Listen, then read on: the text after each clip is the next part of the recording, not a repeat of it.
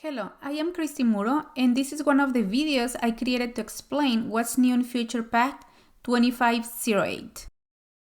In this video, I'm going to show you how the relationship map has been improved. Now, when you open a marketing document, in the relationship map, you can also see the reference documents. In SAP Business One, we have two ways to link documents. Number one is by using the copy from and copy to functionality. And the second one is by using the reference documents. I'm going to open the relationship map to show you the improvement. So I'm going to right click and select relationship map in this AR invoice. Before this improvement, when I opened the relationship map, I could only see the links created through copy from and copy to functionality. Those documents always appear in the document tree.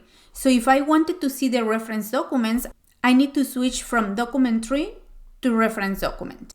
But now from the document tree, I am able to check this option, reference documents, to be able to see the reference documents.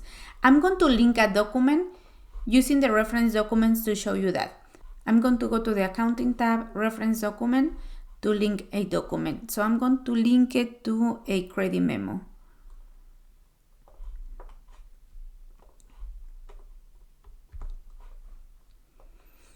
So I'm going to select the 29 and hit an update and update.